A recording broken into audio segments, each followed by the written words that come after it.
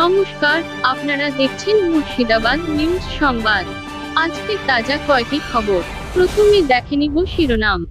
মণিপুরের মুখ্যমন্ত্রীর ডাকা বৈঠকে অন্য পথ দেখার হুঁশিয়ারি বিধায়কদের, 11 জনের গরহাজিরায় জল্পনা। মণিপুর কাণ্ডে শহরে বিক্ষোভ কংগ্রেসের। সোমবার সন্ধ্যা 6টায় সচিবালয়ে বৈঠকের ডাক দিয়েছিলেন মুখ্যমন্ত্রী এন বীরেন সিংহ। সেই বৈঠকে বিজেপি সহ এনডিএ র অন্য শরিক দলগুলির 27 জন বিধায়ক উপস্থিত থাকলেও গরহাজির রইলেন 11 জন। মণিপুরের পরিস্থিতি নিয়ে ঘরে বাইরে চাপের মুখে সে রাজ্যের বিজেপি সরকার। সোমবার সন্ধ্যা 6টায় সচিবালয়ে বৈঠকের ডাক দিয়েছিলেন মুখ্যমন্ত্রী এন বীরেন সিংহ। সেই বৈঠকে বিজেপি সহ এনডিএ র অন্য শরিক দলগুলির 27 জন বিধায়ক উপস্থিত থাকলেও গরহাজির রইলেন 11 জন। অনুপস্থিত বিধায়কদের মধ্যে 6 জন গরহাজিরার কারণ হিসাবে শারীরিক অসুস্থতার কথা জানিয়েছেন, আর 5 জন কিছুই জানাননি। মণিপুর প্রশাসনের একটি সূত্র মারফত জানা গিয়েছে, মূলত দুটি বিষয় নিয়ে বৈঠক উত্তপ্ত হয়ে ওঠে। সিংহভাগ বিধায়ক কুকি জঙ্গিদের বিরুদ্ধে কঠোর পদক্ষেপ করার আর্জি জানান। এর পাশাপাশি মেতেই অধ্যুষিত ইম্ফল উপত্যকার 6টি থানায় সেনাবাহিনীর বিশেষ ক্ষমতা আফস্পা প্রত্যাহারের আর্জি জানান ওই বিধায়কেরা। প্রস্তাব আকারে নিজেদের এই দুই দাবি তুলে ধরার পর এনডিএ র বিধায়কেরা হুঁশিয়ারির সুরে জানান, নির্দিষ্ট সময়ের মধ্যে কেন্দ্র তাদের কথা মেনে না নিলে জনগণের পরামর্শ নিয়ে তারা ভবিষ্যতের কর্মপন্থা স্থির করবেন। এই হুঁশিয়ারি বীরেন সরকারের স্থায়িত্ব নিয়েই প্রশ্ন তুলে দিতে পারে বলে মনে করছেন কেউ কেউ। তাছাড়াও একের পর এক বিধায়কের বাড়িতে হামলার ঘটনাতেও উদ্বেগ প্রকাশ করেন বৈঠকে যোগ দেওয়া বিধায়কেরা।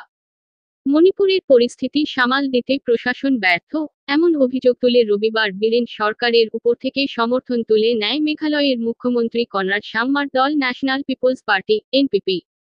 এনপিপি সমর্থন প্রত্যাহার করলেও বীরেন সরকারের পতন ঘটবে আপাতত এমন সম্ভাবনা নেই। 60 আসনের মণিপুর বিধানসভায় বিজেপির 37 জন বিধায়ক রয়েছেন। সে রাজ্যে সরকার গঠন কিংবা রক্ষার জন্য প্রয়োজনীয় জাদু সংখ্যা বা ম্যাজিক ফিগার 31। সেই দিক থেকে দেখলে বিজেপি একক শক্তিতেই সরকার রক্ষা করতে পারবে। তাছাড়া বীরেন সরকারকে এখনো পর্যন্ত সমর্থন জানাচ্ছেন এনপিএফ এর 5 বিধায়ক, নীতিশ কুমারের দল জেডিইউ এর 1 বিধায়ক এবং 3 নির্দল বিধায়ক। তাই কনরাডের দলের 7 বিধায়কের সমর্থন খোয়ালেও আপাতত সরকারের স্থায়িত্ব নিয়ে চিন্তা নেই বিজেপির। তবে তারপরেও অস্বস্তি থাকছে বিজেপির, কারণ রাজ্যে গোষ্ঠীহিংসার আবহে দলের 7 কুকি বিধায়ক বেসুরে বাজছেন। নিরাপত্তার কারণ দেখিয়ে মেতেই অধ্যুষিত ইম্ফলে গিয়ে তারা বিধানসভার অধিবেশনেও যোগ দিচ্ছেন না।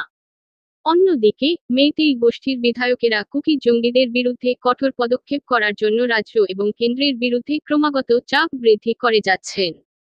ওই বিধায়কদের দাবি, কুকি জঙ্গিদের বিরুদ্ধে সরকার আগেই কঠোর অবস্থান নিলে জিরিবাম জেলায় মেতেই পরিবারের 6 সদস্যকে অপহরণ এবং খুনের ঘটনা ঘটত না।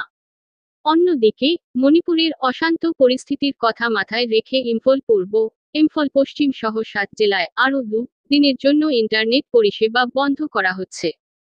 বুধবার বিকেল পর্যন্ত এই 7 জেলার বাসিন্দারা সীমিত ইন্টারনেট পরিষেবা পাবেন।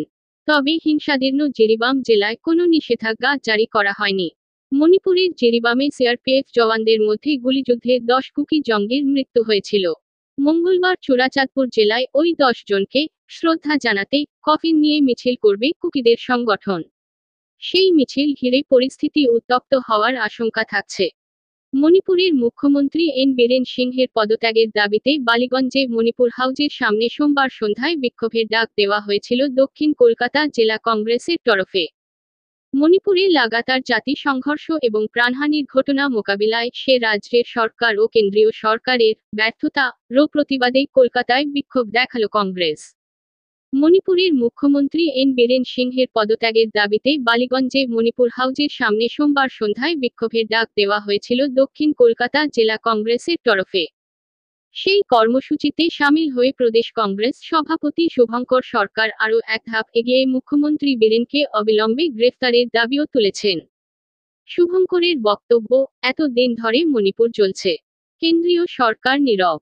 নির্বাচনী প্রচার চালালেন কিন্তু প্রধানমন্ত্রী, কেন্দ্রীয় স্বরাষ্ট্রমন্ত্রী সেখানে যাওয়ার সময় পেলেন না। মণিপুর কি দেশের মানচিত্রের বাইরে? কেন এই রাজ্য সরকারকে বাতিল করা হলো না? কংগ্রেস নেতা রাহুল গান্ধী শান্তি প্রতিষ্ঠার জন্য বারবার চেষ্টা করেছেন বলে দাবি করে প্রদেশ সভাপতির আরও প্রশ্ন, আর.জি. কর থেকে মণিপুর মহিলাদের উপরে অত্যাচার হচ্ছে। তাহলে মণিপুর নিয়ে এ রাজ্যের বিজেপি নেতা শুভেন্দু অধিকারী, সুকান্ত মজুমদারদের গলায় বা কেন শোনা যাচ্ছে না? মোমবাতি জ্বালিয়ে নিহতদের প্রতি শ্রদ্ধা জানানোর পাশাপাশি শুভঙ্কর, দক্ষিণ কলকাতা জেলা সভাপতি প্রদীপ প্রসাদ প্রমুখ এদিন কলকাতায় মণিপুরের ডেপুটি রেসিডেন্ট কমিশনারের সঙ্গে দেখা করে উত্তর পূর্বের ওই রাজ্যে শান্তি প্রতিষ্ঠার দাবি জানিয়েছেন।